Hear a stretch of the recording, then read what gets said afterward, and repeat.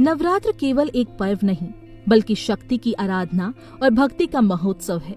इस वर्ष चैत्र नवरात्रि 30 मार्च 2025 से शुरू होकर 6 अप्रैल 2025 तक मनाई जाएगी।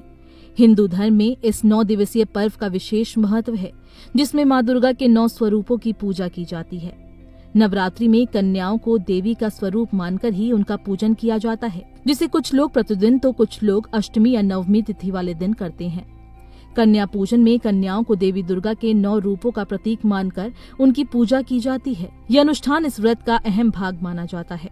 आइए इस वीडियो में जानते हैं कि कन्या पूजन कब और कैसे करना चाहिए। चैत्र नवरात्रि में कन्या पूजन अष्टमी या नवमी तिथि को किया जाता है। इस साल अष्टमी तिथि 5 अप्रैल और नवमी तिथि 6 अप्रैल को पड़ रही है, जिस वजह से अष्टमी तिथि की कन्या पूजन 5 अप्रैल और नवमी तिथि की कन्या पूजन 6 अप्रैल को होगी। ऐसे में आप इन दोनों में से किसी भी दिन कन्या पूजन कर सकते हैं। इस दिन सुबह जल्दी उठकर स्नान करें और स्वच्छ वस्त्र धारण करें। 9 कन्याओं को घर पर आमंत्रित करें और उनका स्वागत करें। कन्याओं के पैर को धोएं और उन्हें आसन पर बिठाएं। कन्याओं को रोली, कुमकुम और अक्षत का तिलक लगाएं। कन्याओं को फल, मिठाई और हलवे का भोग लगाएं।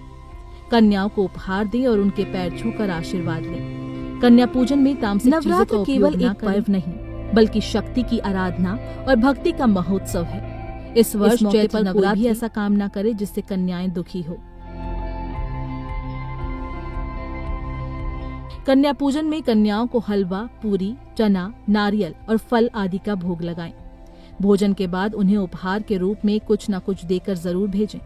कन्या पूजन के दौरान उपहार के रूप में उन्हें श्रृंगार का सामान जैसे क्लिप, चुनरी, चूड़ियां आदि दे सकते हैं।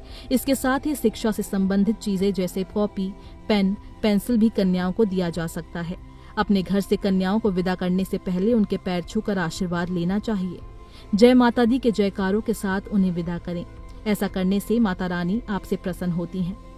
कन्या पूजन के लिए भोग बनाते समय स्वच्छता का पूर्ण रूप से ध्यान रखा जाना चाहिए। साथ ही इस बात का भी ध्यान रखें कि भोग में शामिल सभी चीजें पूर्ण रूप से सात्विक होनी चाहिए। छोटी बच्चियों का कन्या पूजन किया जाता है। ऐसे में कोशिश करें कि आपका भोजन कम मिर्च मसाले वाला हो।